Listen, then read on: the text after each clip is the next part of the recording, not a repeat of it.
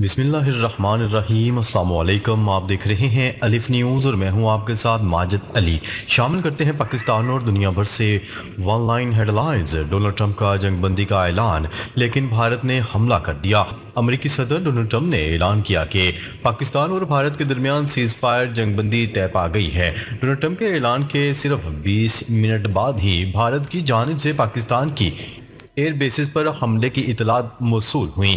یہ حملے سندھ اور پنجاب کے علاقے میں ملٹری تنصیبات پر کیے گئے۔ اس کارروائی میں پاکستان کے کئی جوان شہید ہوئے، جن میں اسکواڈرن لیڈر عثمان یوسف بھی شامل ہیں۔ اس واقعے نے ڈونلڈ ٹرمپ کی ثالثی پر سوالات کھڑے کر دیے ہیں کہ یہ کیسا سیز فائر ہے۔ یہ صورتحال نہ صرف خطے میں کشیدگی کو ہوا دے رہی ہے بلکہ عالمی ثالثی کی ساکھ بھی متنازع ہو چکی ہے۔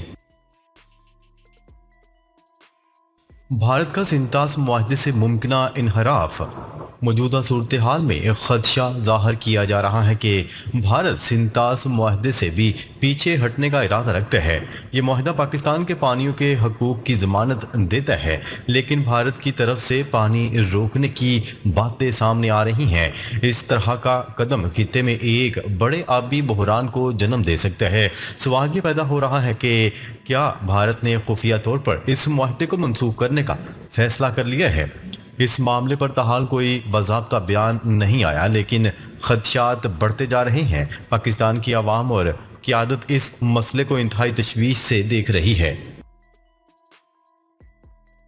بھارت کی نئی پالیسی، ہر حملہ جنگ کا اعلان تصور ہوگا۔ بھارتی وزیر اعظم نریندر مودی نے اعلان کر دیا ہے کہ اب بھارت پر ہونے والا کوئی بھی حملہ ایکٹ آف وار شمار کیا جائے گا۔ اس پالیسی کے مطابق چاہے حملہ کسی اور نے کیا ہو، بھارت سیدھا پاکستان پر الزام لگائے گا۔ یہ نئی حکمت عملی خطے میں خطرناک عدم استحکام کو جنم دے سکتی ہے۔ بھارتی وزیر اعظم کا یہ اعلان ایک طرح سے ہر صورتحال میں پاکستان کو مورد الزام ٹھہرانے کی تیاری لگتا ہے۔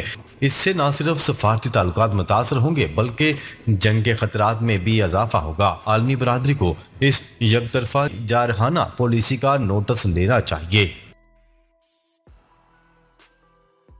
پاکستان کی جوابی کارروائی سے بھارت کو بڑا نقصان۔ موصولہ اطلاعات کے مطابق پاکستان نے بھی بھارت کی جانب سے حملے کے جواب میں شدید کارروائی کی ہے۔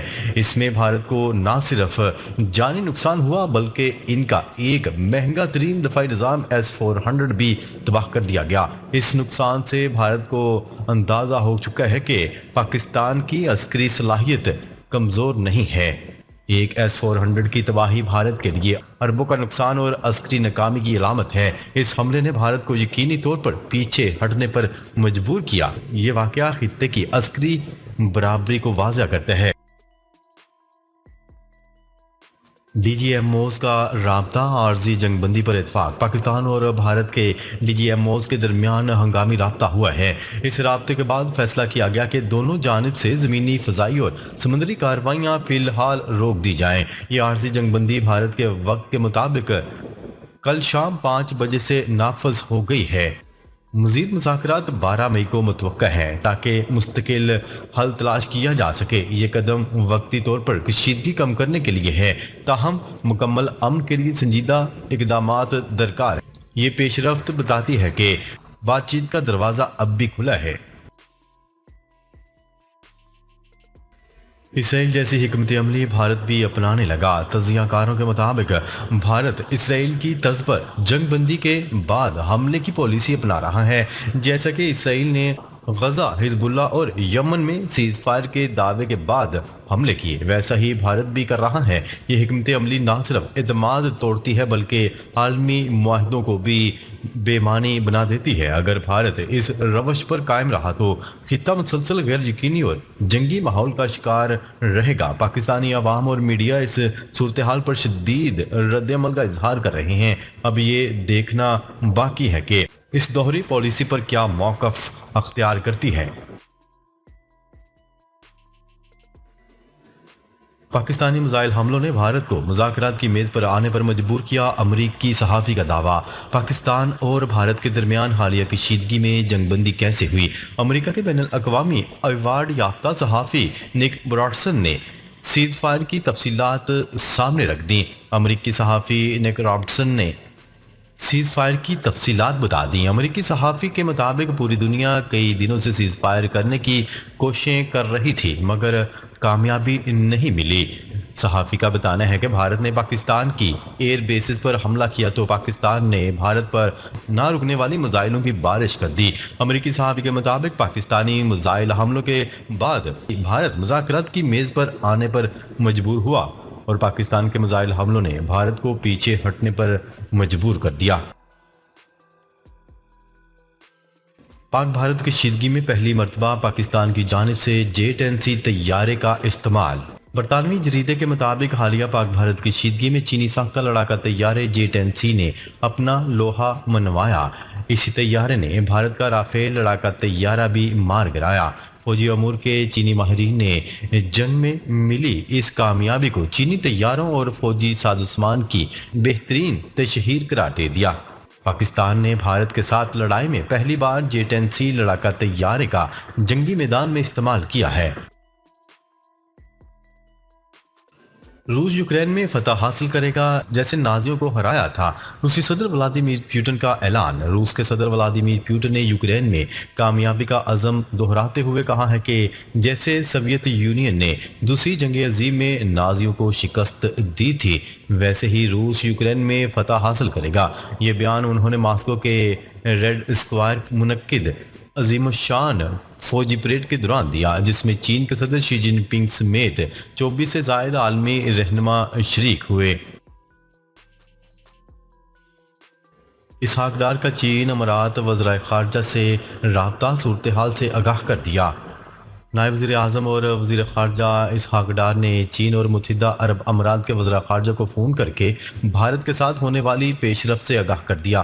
دفتر خارجہ سے جاری بیان کے مطابق نائب وزیر اعظم اور وزیر خارجہ اسحاق ڈار نے متحدہ عرب امارات کے ہم منصب شیخ عبداللہ بن زید سے رابطہ کیا اور اس موقع پر اماراتی وزیر خارجہ نے پاکستان اور بھارت کے درمیان جنگ بندی کا خیر مقدم کیا۔ نائب وزیر اعظم نے خطے میں امن و استحکام کے لیے متحدہ عرب امارات کی سفارتی کوششوں کو سراہا۔ اسرائیلی فورسز کی بربریت جاری، 24 گھنٹے میں 19 فلسطینی شہید۔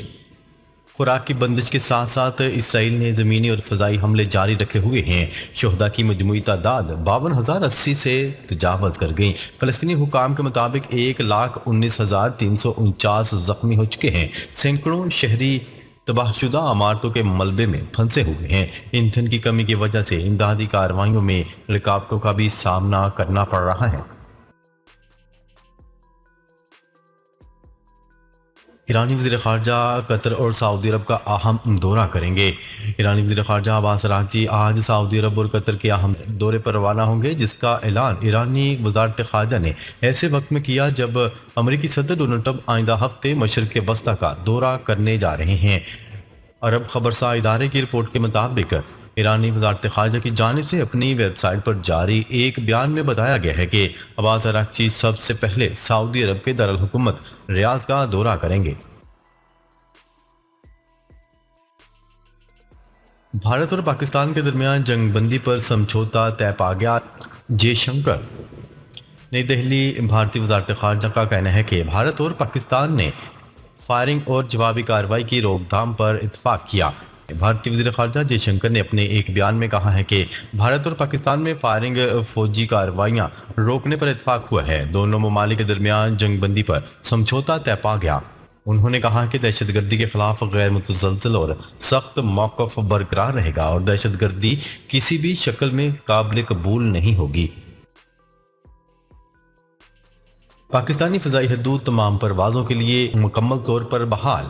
پاکستان ایئرپورٹس اتھارٹی کا کہنا ہے کہ پاکستان کی فضائی حدود تمام پروازوں کے لیے مکمل طور پر بحال کر دی گئی ہے۔ انہوں نے کہا ہے کہ ملک کے تمام ایئرپورٹس معمول کے فلائٹ آپریشن کے لیے دستیاب ہیں اور مسافروں سے گزارش ہے کہ اپنی پروازوں کے تازہ ترین شیڈول کے لیے متعلقہ ایئر لائن سے رابطہ کریں۔ ناظرین، اب تک کے لیے اتنا ہی۔ مزید خبریں لے کر بہت جلد آپ کی خدمت میں حاضر ہوں گے۔ تب تک کے لیے اپنا خیال رکھیے گا۔ اللہ نگہبان۔